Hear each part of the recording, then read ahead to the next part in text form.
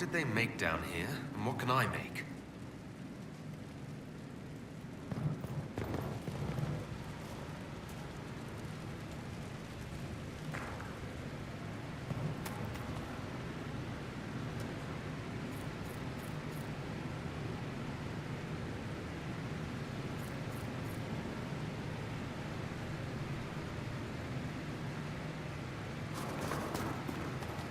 This is where a smith should be.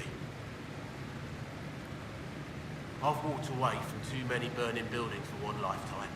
This place, though, it'll be all right. It's Inquisitor now, isn't it? That'll take some getting used to. Everyone needs time for this transition. Time won't help. Purpose does. And I got a load of it. Everyone just got a big, hard reason to hate Corypheus. And we already did, but we didn't have a name. You did what you could, I suppose. We left in a hurry, but you got into your old place. Save anything? Family hammer. It's as stupid as it sounds. It's good to be back at work. How's this place shaping up as a forge? Better than Haven ever could be. Not the way I wanted an upgrade, but ever forward. You've got it all up and running? Your basics, like always. There's space here for, I don't know what. This place was built for something big. There'll be a job to fill it. Have you any thoughts about the people we lost at Haven? Yes. Care to share? No. It hurts and I don't want to spit on your efforts. You saved who you could. We have to be happy with that. I'll be back later. I'll be here.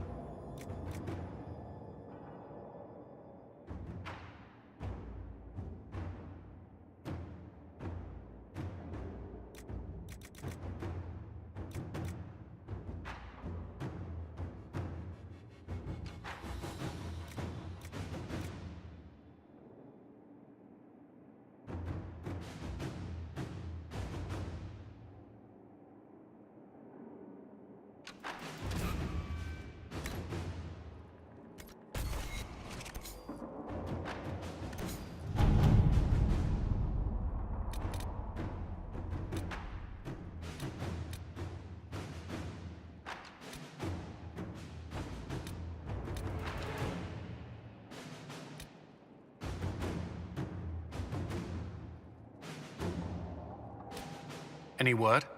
Nothing yet.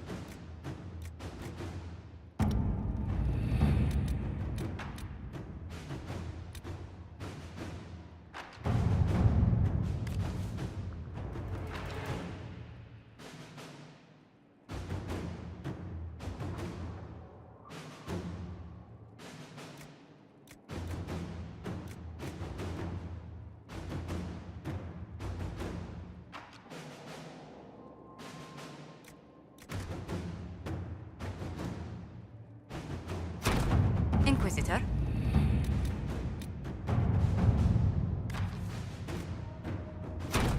All right.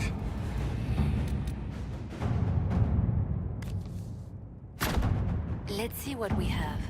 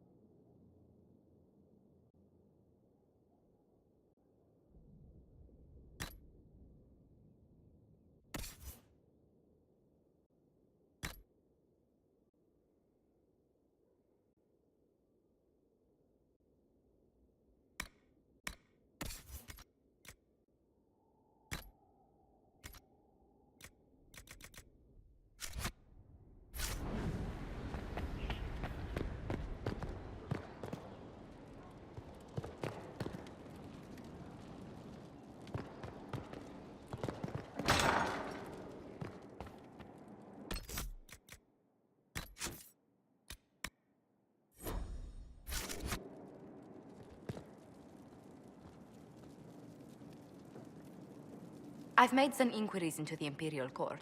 The sooner we deal with the threats to the Empress, the better. The political situation in the Empire is dangerously unstable. It will complicate matters. Everything in the Empire complicates matters. It's the Orlesian national pastime. Turn your nose up at the grand game if you like, Commander, but we play for the highest stakes, and to the death. The Court's disapproval can be as great a threat as the Venatori. We must be vigilant to avert disaster.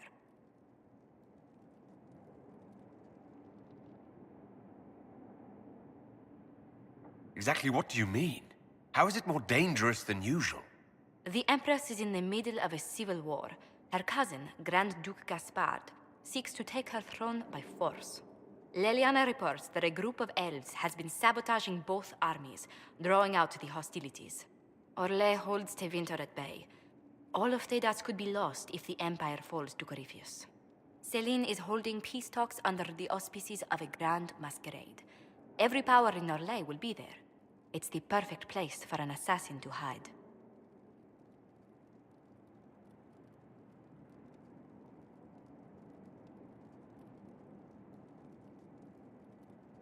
We need to attend this ball.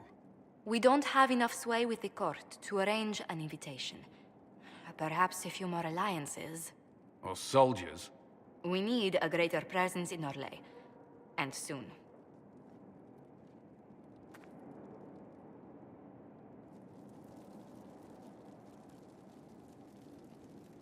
Inquisitor, I was just inspecting our new headquarters. Foundation cracks, nesting animals, and miles from any centers of civilization. The staff must make it presentable if we're to receive any visitors of distinction. It certainly wouldn't do for the Inquisition to appear overly shabby. We've only just now convinced everyone we are precisely what Thedas requires. The mages are showing great trust in you. They need to feel safe here.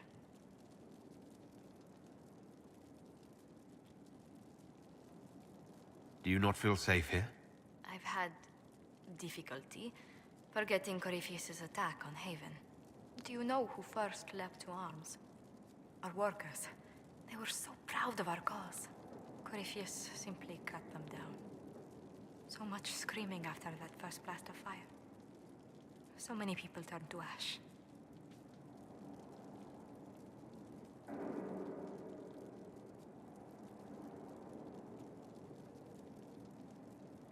I keep feeling that fire's heat on the back of my neck, too. Indeed. But you're the one who led us to safety.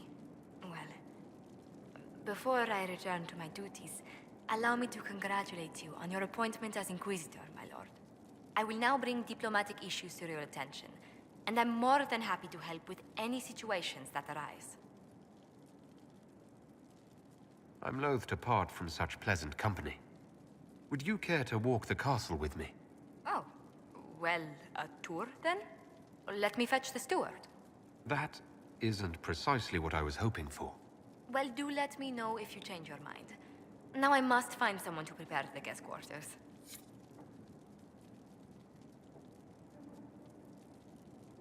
Inquisitor, is it true? Is the mark on your hand magic cast by Corypheus? Corypheus claimed it's a spell gone wrong. I wanted to think it was a blessing. A sign the Maker was returning to his creation. How credulous of me.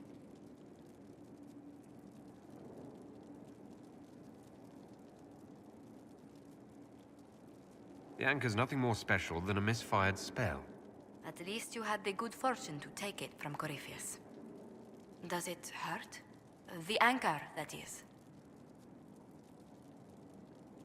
It looks strange, but it hasn't done me harm. If it did come from Corypheus, that's a small mercy. What may I do for you?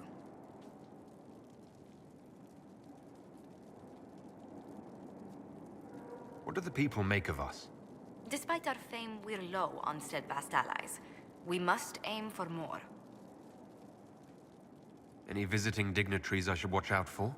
You may see the Countess Lutetia in the halls. A lovely woman, but her conversations tend towards the unusual. She's the patron of Orlais' greatest naturalists. The Countess's particular passion is collecting butterflies. That doesn't sound unusual.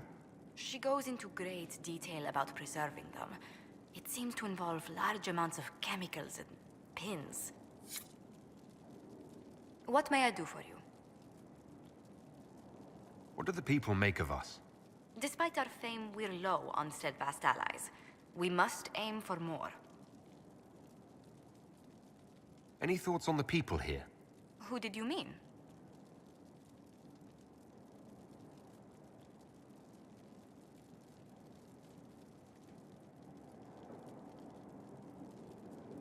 The Iron Bull has had to have made an impression. He is a loud, unapologetic accident merely waiting to happen. I do wish he'd stop daring poor dignitaries to outdrink him. What do you think of Sir Blackwall? Sir Blackwall seems as loyal to the purpose of the Inquisition as he is to the Wardens. His travels must have taken him strange places. I wish he'd speak more about them. Commander Cullen came to mind. The commander is an intelligent, cautious man. I'm grateful he's in charge of our standing army. Still, he does sometimes resemble the man with a hammer to whom everything appears as a nail. What do you think of Vivienne? We've met a few times before at court. She remains a truly accomplished player of the game.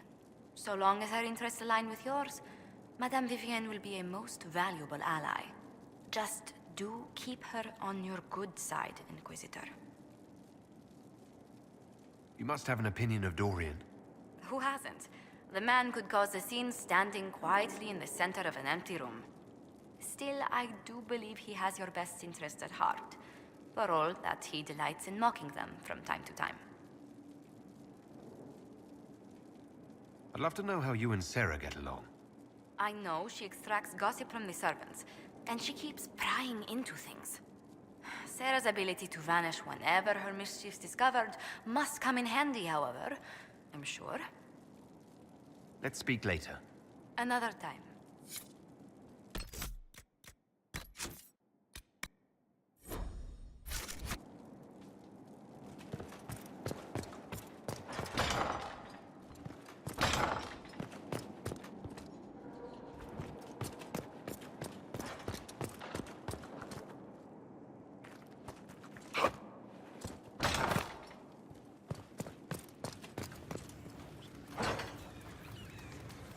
What was this place? So much room for whatever was here. What can I do for you? I'm interested in what you told me of yourself and your studies. If you have time, I'd like to hear more. You continue to surprise me. All right, let us talk. Preferably somewhere more interesting than this.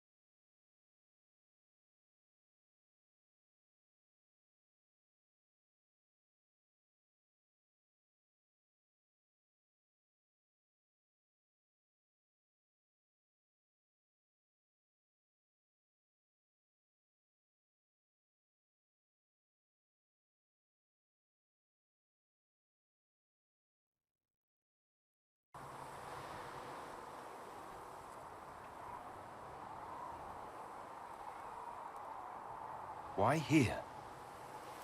Haven is familiar. It will always be important to you. We talked about that already.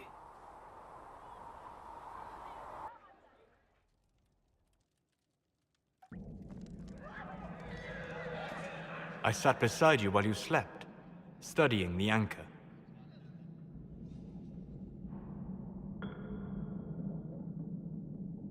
How long can it take to look at a mark on my hand? A magical mark of unknown origin? Tied to a unique breach in the veil? Longer than you might think. I ran every test I could imagine. Searched the Fade, yet found nothing. Cassandra suspected duplicity. She threatened to have me executed as an apostate if I didn't produce results.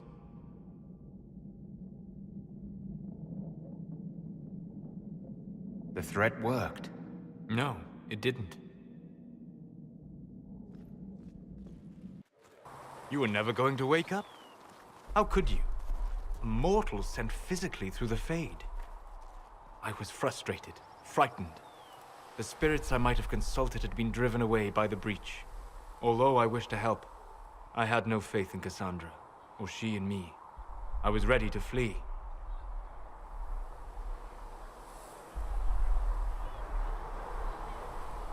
But you stayed. I did. I told myself, one more attempt to seal the rifts. I tried and failed. No ordinary magic would affect them. I watched the rifts expand and grow, resigned myself to flee, and then...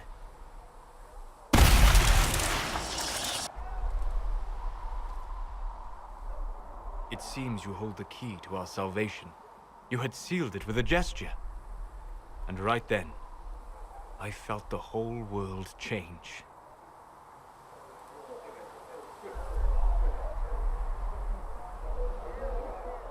It was that impressive to see me awake? You had walked in the Fade. I have explored the Fade more than anyone alive. But even I can only visit in dreams. But you might have been able to visit me here while awake. What do you mean? Where do you think we were? This isn't real. That's a matter of debate. Probably best discussed after you wake up.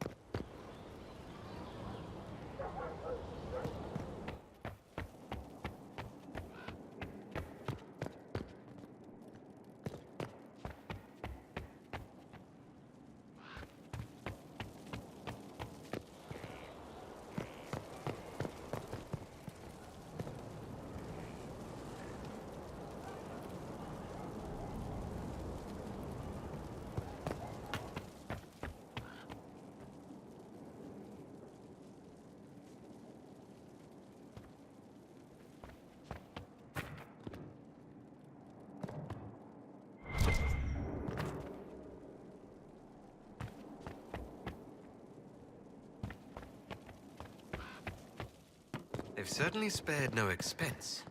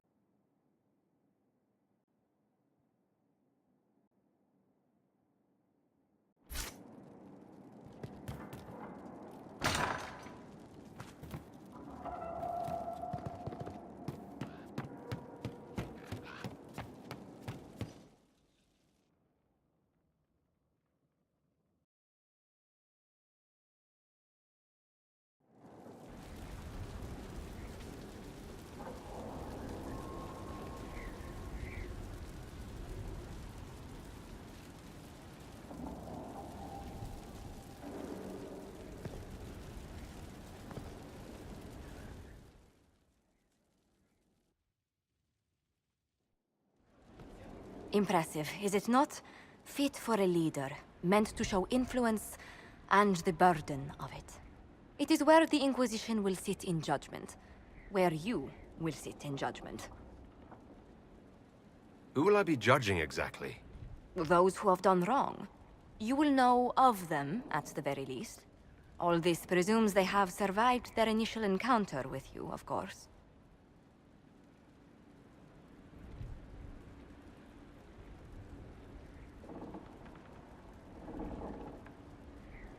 Will we be taking heads right here in the hall? Goodness, no! If such an option is available, it will be done elsewhere. And it may not be necessary. The Inquisition's sovereignty is derived from the allies who validate it. You are both empowered and bound. Justice has many tools. If their application is clever, execution may even seem merciful by comparison.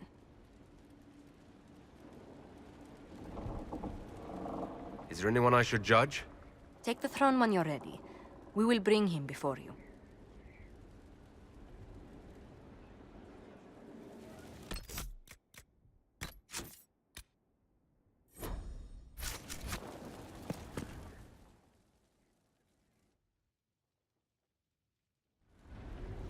You recall Gerion Alexius of Tevinter. Ferelden has given him to us as an acknowledgement of your aid. The formal charges are apostasy, attempted enslavement, and attempted assassination, on your own life, no less. Tevinter has disowned and stripped him of his rank. You may judge the former Magister as you see fit.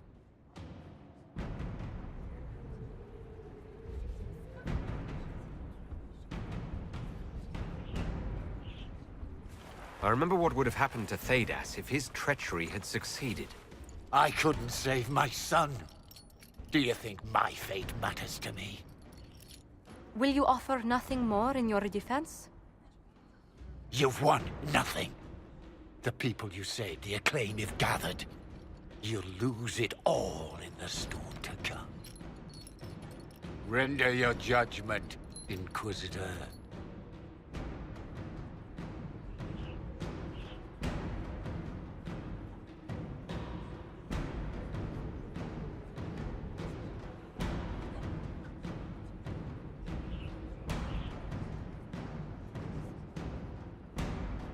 The Inquisition has exceptionally secure cells for prisoners of distinction. Jail him and have Leliana question him on anything useful. That seems fitting. Chained like a common criminal. So be it.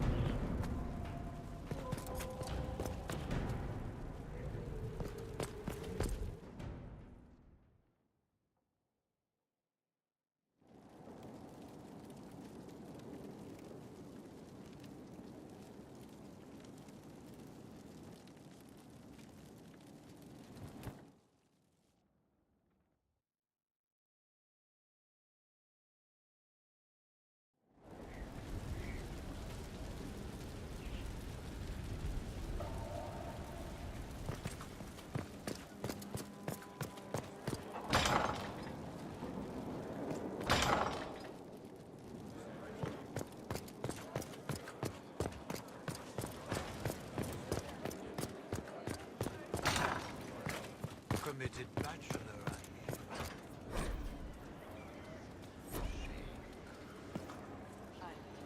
Sleep well?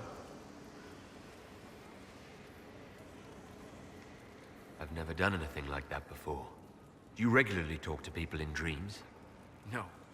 Consider that one more rule you have effortlessly broken in your rise to power. I had no idea that the anchor would allow you to dream with such focus. It is truly remarkable. But I am reasonably certain we are awake now. And if you wish to discuss anything, I would enjoy talking. I'd like to hear more about what you saw in your exploration of the Fade.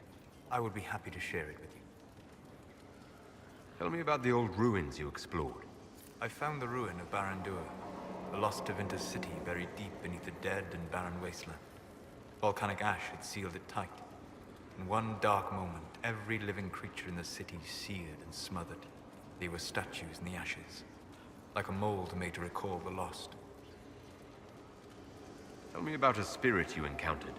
I met a friendly spirit who observed the dreams of village girls as love first blossomed in their adolescence. With subtlety, she steered them all to village boys with gentle hearts, who would return their love with gentle kindness. The matchmaker, so I called her.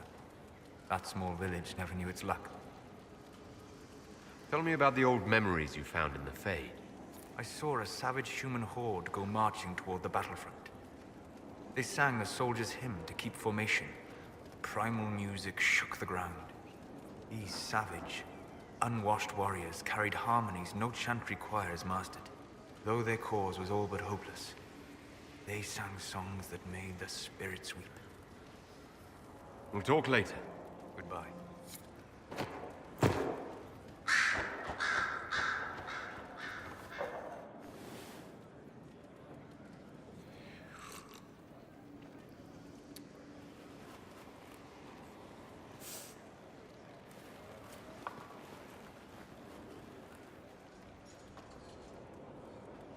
Something wrong with your tea? It is tea. I detest this stuff. But this morning, I need to shake the dreams from my mind. I may also need a favor. You just have to ask. One of my oldest friends has been captured by mages, forced into slavery. I heard the cry for help as I slept. I'd be happy to help. What did these mages use to capture your friend? Blood magic? A summoning circle, I would imagine. I'm sorry? My friend is a spirit of wisdom. Unlike the spirits clamoring to enter our world through the rifts, it was dwelling quite happily in the Fade. It was summoned against its will, and wants my help to gain its freedom and return to the Fade. I thought spirits wanted to find their way into this world.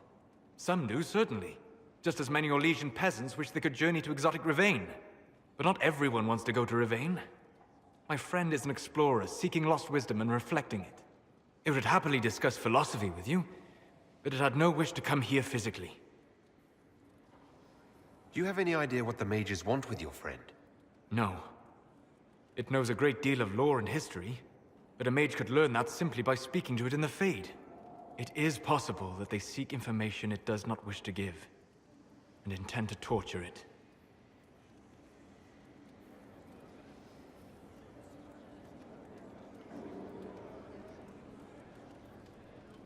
All right.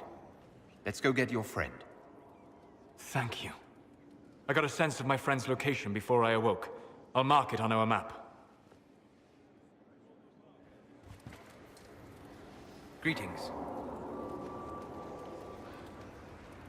I need to know more about Corypheus. We spoke of this on our travels to Skyhawk. What more can I tell you? Cassandra and Varric seem more familiar with their adversary. You've given me good counsel before. I could use some now. My apologies, Inquisitor. My poor manners shame me. I claim no secret wisdom, but I will guess as best I can.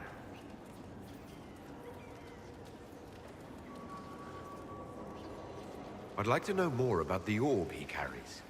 As I said, that must be the means by which he created the breach. I suspect the blast that destroyed the Conclave was more accident than anything. The result of unlocking power that had sought release for ages.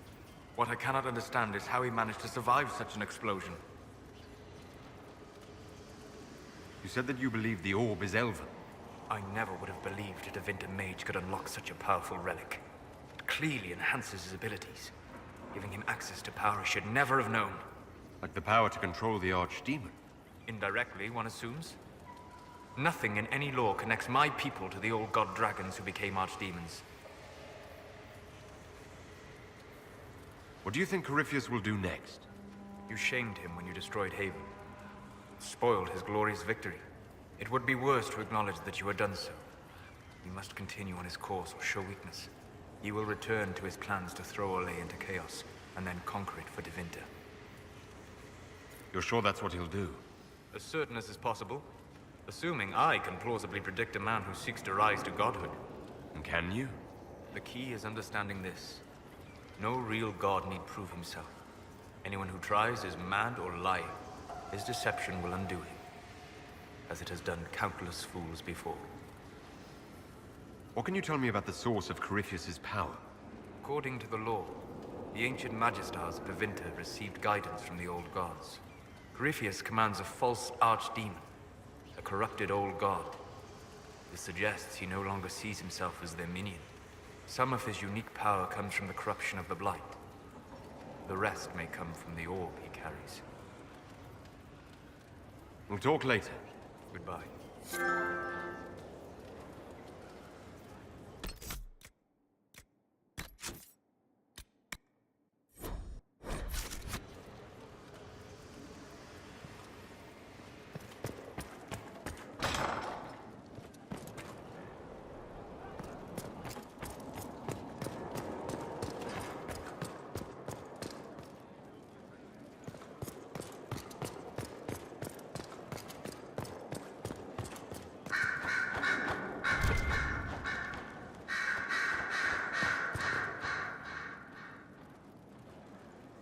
Brilliant, isn't it?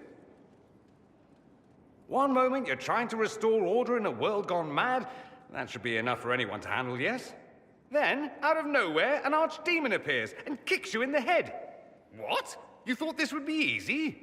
No, I was just hoping you wouldn't crush our village like an anthill. Sorry about that. Archdemons like to crush, you know. Can't be helped. Am I speaking too quickly for you? I was distracted, that's all. Distracted? By my wit and charm? I have plenty of both. How interesting to find someone so aware of his strengths. I'm a man of many talents. What can I say?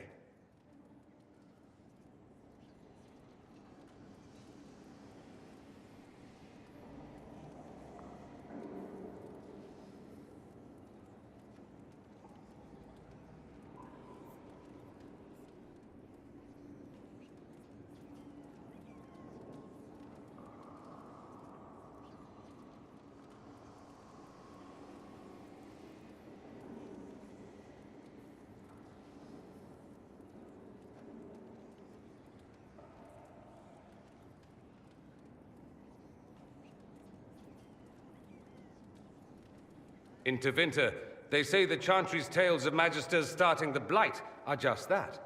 Tales. But here we are. One of those very Magisters, a dark spawn. Who does the Imperium say started the Blight?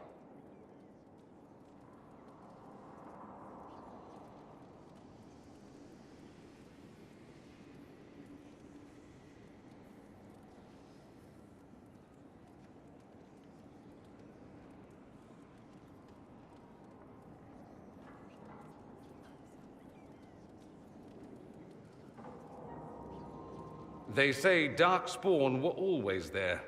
Magisters and the Blight aren't even related. Is that a surprise? No one wants to admit they shit the bed. But if Corypheus is one of the Magisters who entered the Black City and he's Darkspawn, what other explanation is there?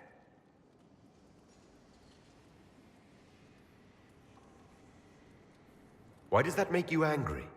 Because the Imperium is my home. I knew what I was taught couldn't be the whole truth, but I assumed there had to be a kernel of it, somewhere. But no, it was us all along. We destroyed the world. You didn't do anything. Those men did. 1,000 years ago.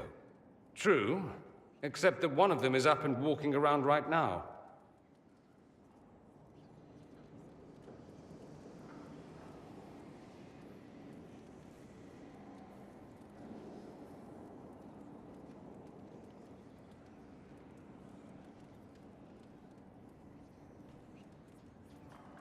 No one will thank me, whatever happens. No one will thank you either. You know that, yes?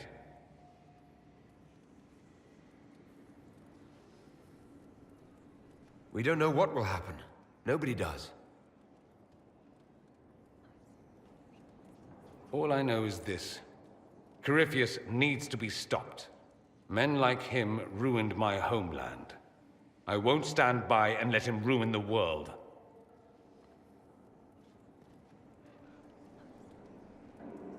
Oh, and congratulations on that whole leading the Inquisition thing, by the way.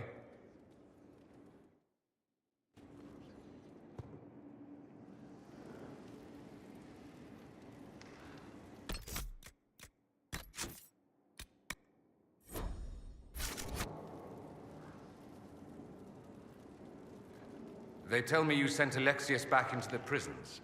Seems a waste to rot away in a cell like that. He was a good man once. Maybe it will give him time to think. But with Felix gone, I doubt it. It occurs to me that I barely know anything about you. Beyond my being a mage from Tevinter, you mean? Beyond that, yes. And beyond my being so charming and well-dressed, which is obvious to anyone. I'm well aware of your finer qualities, believe me. Of course I believe you. The moment I saw you, I thought, there's a man who knows quality. Now, what was I talking about? Ah, yes, me. I am the scion of House Parvis, a product of generations of careful breeding and the repository of its hopes and dreams.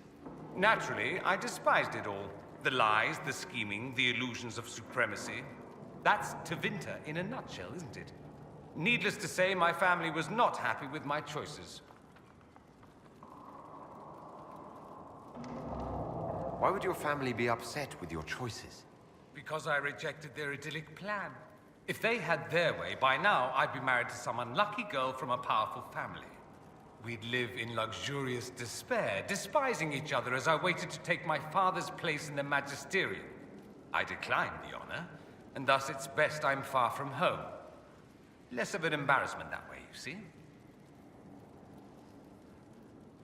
I'm getting the impression that you don't care much for your homeland. On the contrary, I care for my homeland a great deal. There's so much potential. Sadly, we squander it. We refuse to acknowledge how far we've fallen because pretending is easier.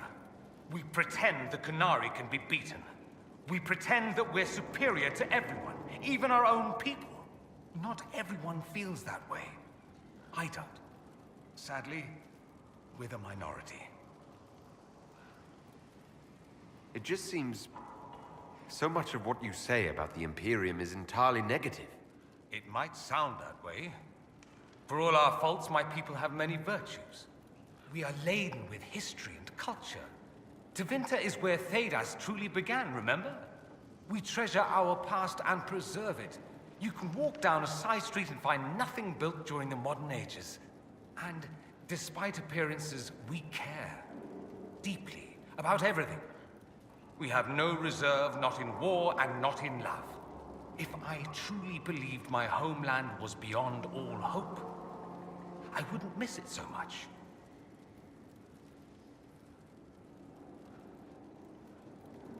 What do you mean by generations of careful breeding? The great families of Tevinter don't have children.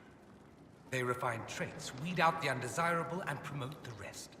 My mother was chosen for my father because magic runs strongly in her blood. Never mind that they loathed each other. They wanted a son who could become Archon to make House Parvis the envy of the Imperium. They got me. A cautionary tale that you should be careful what you wish for. Why remain with the Inquisition? Why not go back to Tevinter? I'm not exactly welcome back home. Not that it matters, I'm quite accustomed to being a pariah. It adds to my charm. I can do more for Tevinter here. If the Venatori succeed, it'll set my homeland back 1,000 years. I'm sure some magisters would disagree, but that's why we kill them. I think I've heard enough. That's too bad. I never tire of talking about myself. I'd like to ask you about Tevinter. Ah, yes. Everyone outside the Imperium always seems quite fascinated by it. Probably why they come up with so many ridiculous tales. Flying cows over Minrathous. That's madness. All right, that one's actually true, but the cows didn't have wings. I digress. Anything in particular you wanted to know? It seems strange that an entire empire would be ruled by mages. I find it strange that your mages don't rule anything at all. Actually, the fiction in the Imperium is that mages don't rule.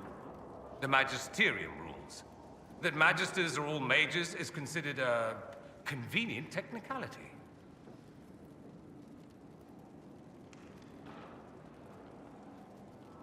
What is the Magisterium exactly? The upper house of the Imperial Senate, and the only part worth having a seat on. Those seats are split among the circles of Magi, the Chantry, and the major families. All mages now. It's odd that outside the Imperium, you use Magister like it applies to every Tevinter mage. If you're not a Magister, then what are you called? No special title? I'm an Altus, which is almost as good as a Magister, depending on who you ask. I've never heard of an Altus. Upper class. Those families who trace descent from the Dreamers, the first prophets of the old gods. If you're a mage and you're not Altus, then you're later. Lower class. If you're not a mage at all, you're Soperati. That's everyone else. We do love our fancy words. I thought the Archon ruled over the Imperium. Well, yes. Technically, he can overrule laws passed by the Magisterium, but that never happens. Even so, he gets to appoint new Magisters, which means all the families vie madly for his favor. Thus, the Archon gets invited to all the parties. The truest path to Tevinter influence, let me tell you. If it's a fiction, that means mages do rule then. Yes and no. Let me put it this way.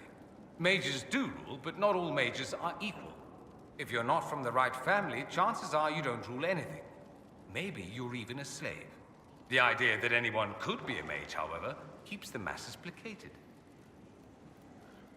Can anyone be a mage?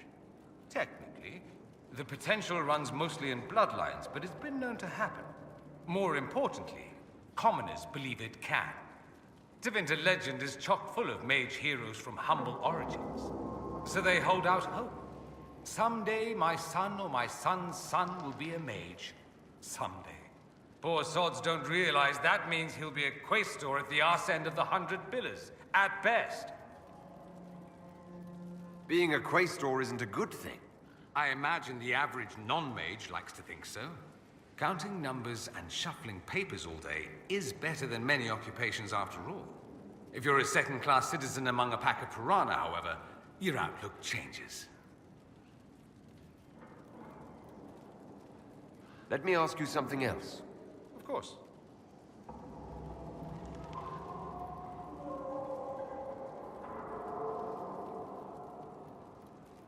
There's an Imperial Chantry, isn't there?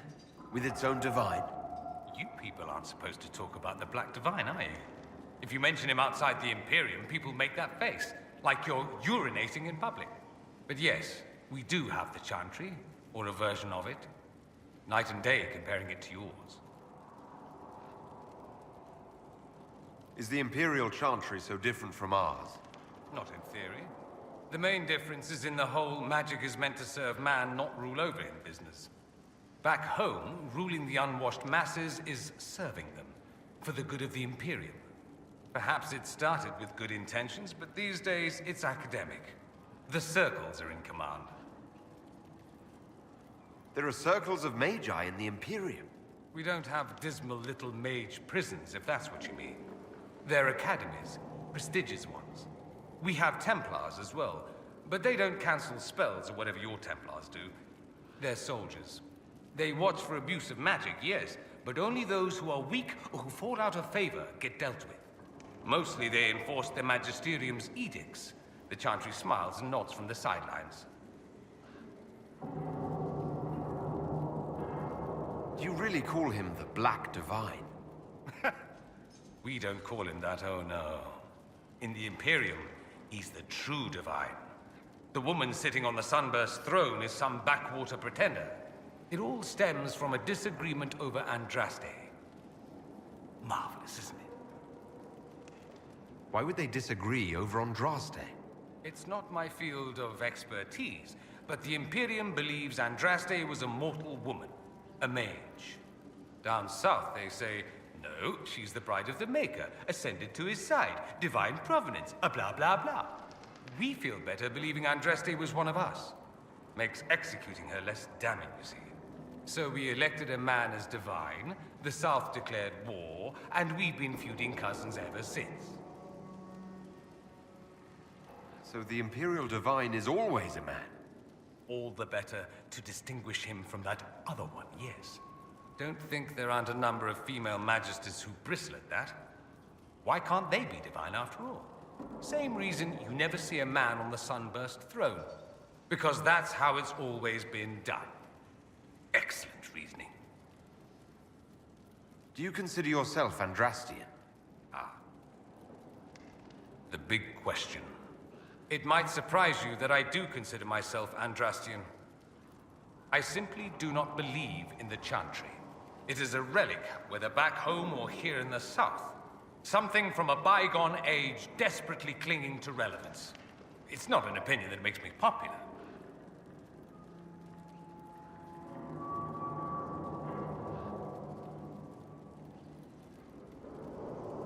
I'm not surprised.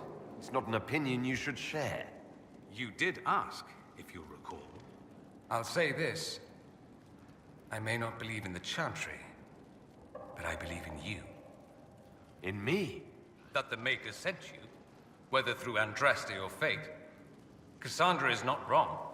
You saw that in the future, without you, Corypheus prevails. You are our bulwark against evil.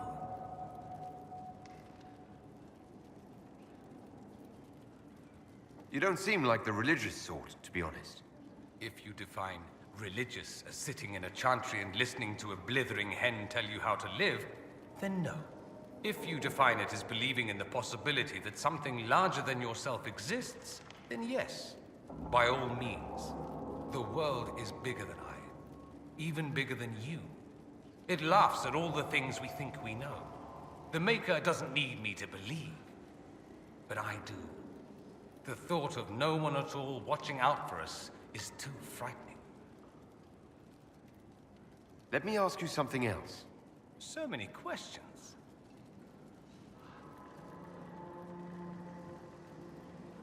Just how often is blood magic used there? Oh, not at all. Not at all. That's what any Magister would tell you. They'd be convincingly offended by the notion, too. Of course, what people call blood magic here, and what we consider blood magic, are two different things. What's considered actual blood magic in Tevinter? Blood magic isn't inherently dangerous. Using your own blood or that of a willing participant, what's the harm? The problem is that what's permitted only gets you so much power. And what if you need more? You always need more. That's where we get into sacrifices and demon summoning. None of that is done. Not officially. Behind closed doors, it's a different story. Real blood magic can give you an edge, a leg up against your opponents. It's safe to assume that any mage of rank does it. The rest are quietly shut out of power, to put it bluntly. You'd think the Templars would object. I imagine they did, long ago. Once, their investigations might have been sincere. Then their balls were cut off. Too inconvenient.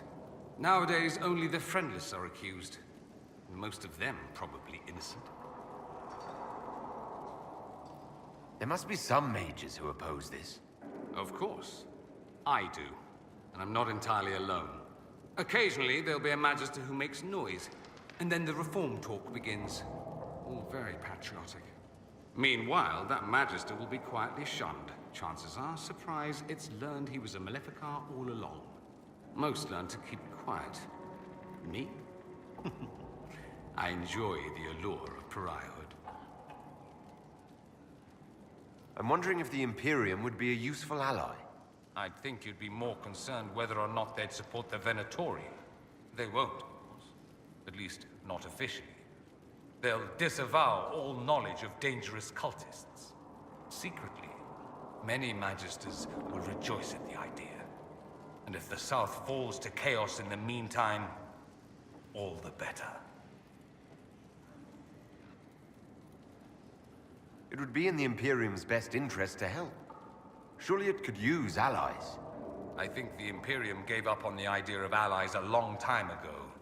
We've been fighting the Qunari for what, 200 years off and on? It's a point of pride that we go it alone.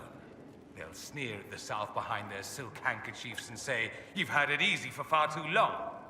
Let's not forget that the Inquisition seems to be an arm of the Orlesian Chantry. Anathema so far as they're concerned.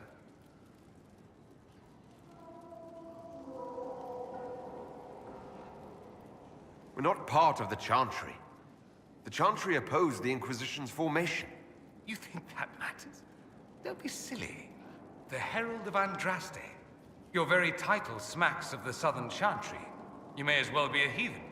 I think they're far more frightened what you'll do if you succeed. Anyone who talks about the Imperium mentions slavery. It's the center of the slave trade. Ah. That is true. And? Did you have slaves? Not personally, but my family does and treats them well. Honestly, I never thought much about it until I came south. Back home, it's how it is. Slaves are everywhere. You don't question it. I'm not even certain many slaves do.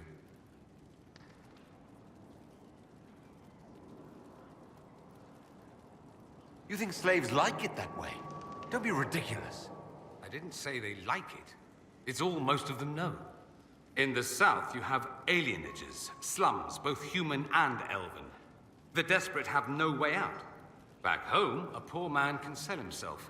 As a slave, he could have a position of respect, comfort, and could even support a family. Some slaves are treated poorly, it's true. But do you honestly think inescapable poverty is better?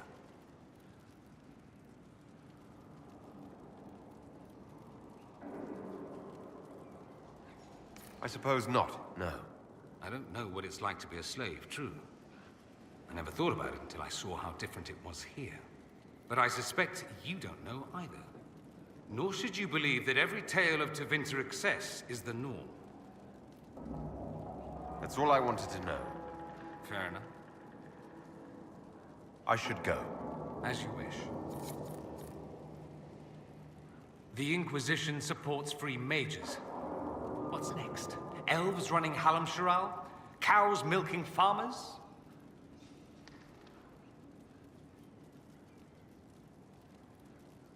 Give me time. I'm sure I'll surprise you.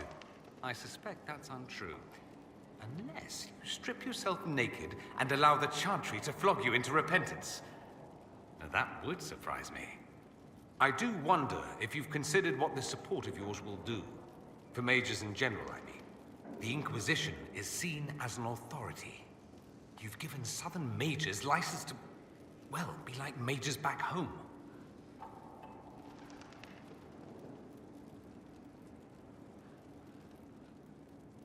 If that means they're anything like you, I approve. Ha! There aren't many mages back home like me. I'd believe that. I never fit in. Bloodstains are so difficult to clean, you see. So we're doomed to a future of blood magic, then? Not at first. But you'd be a fool not to see where this could lead. Thing is, the Imperium was once just like the South. Templars, proper circles, all that rot. Then it changed. By inches. Not that this is reason to oppress us. Still, my homeland should be a cautionary tale, not a source of inspiration. I should go. As you wish.